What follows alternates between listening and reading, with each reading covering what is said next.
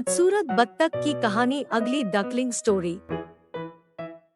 गर्मियों के दिन थे। शाम के समय एक बत्तख झील के पास ही पेड़ के नीचे अपने अंडे देने के लिए अच्छी जगह ढूंढी थी। उसने वहां पर 5 अंडे दिए।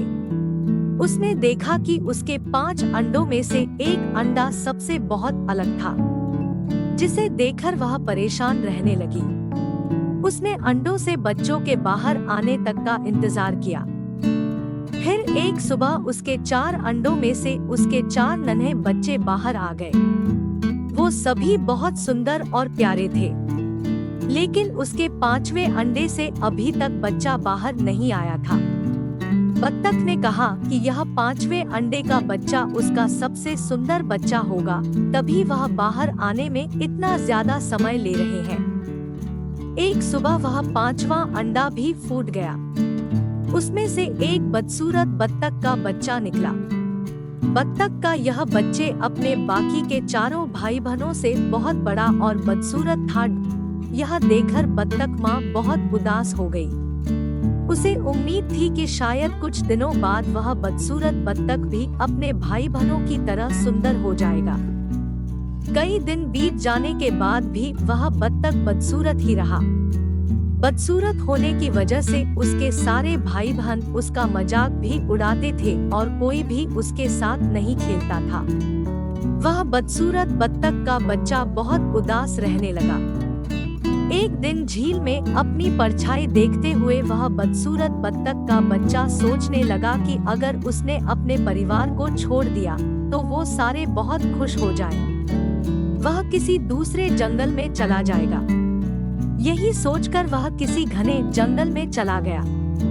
जल्द ही सर्दियों के दिन आ गए। हर तरफ बर्फ की बारिश हो रही थी। बदसूरत बत्तख के बच्चे को ठंड लग रही थी। उसके पास खाने पीने के लिए भी कुछ नहीं था। वहां से वह एक बत्तख के परिवार के पास गया। उन्होंने उसे भगा दिया। फिर वो एक मुर्गी के घर गया। मुर्गी ने भी उसे चोंच मारकर भगा दिया। उसी रास्ते में उसे एक कुत्ते ने देखा, लेकिन कुत्ता भी उसे छोड़कर चला गया। बदसूरत बत्तख उदास मन से सोचने लगा कि वह इतना बदसूरत है कि कुत्ता भी उसे नहीं खाना चाहता है। उदास होकर वह बदसूरत बत्तख का बच्चा फिर से जंगल जाने लगा। रास्ते में उसे एक किसान दिखाई दिया। वह किसान उस बदसूरत बत्तख को अपने घर ले गया। वहाँ पर उसे एक बिल्ली परेशान करने लगी, तो वह वहाँ से भी भाग गया और फिर से एक जंगल में रहने लगा। कुछ ही दिनों में बसंत का मौसम आ गया। अब वह बदसूरत बत्तख भी काफी बड़ा हो गया था। एक दिन वह एक नदी के किनारे टहल रहा था। वहाँ पर उसने एक सुंदर राजहंसी को देखा, जिससे उसे प्यार हो गया। लेकिन फिर उसे लगा कि वह एक बदसूरत बत्तख है, इसलिए उसे वह राजहंसी कभी नहीं मिलेगी। शर्म से उसने अपना सिर झुका लिया। तभी उसने नदी के पानी में अपनी परछाई देखी और वह हैरान हो गया। उसने देखा अब वह बहुत बड़ा हो गया है और एक सुंदर राजहंस में बदल गया है। उसे यह एहसास हो गया कि वह एक हंस है। तभी वह अपने बाकी के बत्तख भाई बहनों से काफी अलग था। जल्द ही उस बदसूरत बत्तख से राजहंस बने उस हंस ने हंसनी से शादी कर ली और दोनों खुशी खुशी रहने लगे।